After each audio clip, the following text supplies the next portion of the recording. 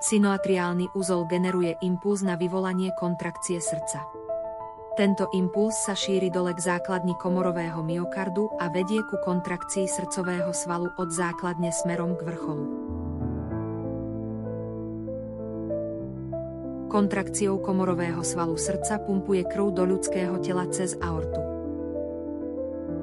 Na povrchu srdca sa nachádzajú koronárne tepny.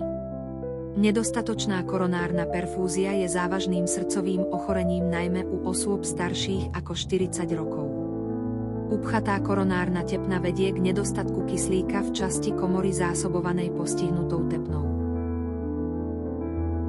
To môže viesť k vzniku patologického ložiska nepravidelných kontrakcií.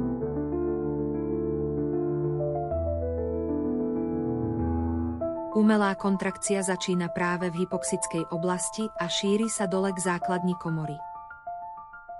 Ide o srdcový vzťah v obrátenom smere. Tento vzťah je obvykle tiež predčasný, preto sa nazýva predčasná kontrakcia.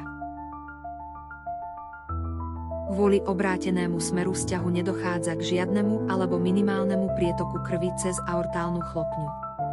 Výtok krvi nahromadené v komore je týmto spôsobom blokovaný. Predčasné komorové kontrakcie môžu okrem iného poukazovať na prítomnosť ischemickej choroby srdca.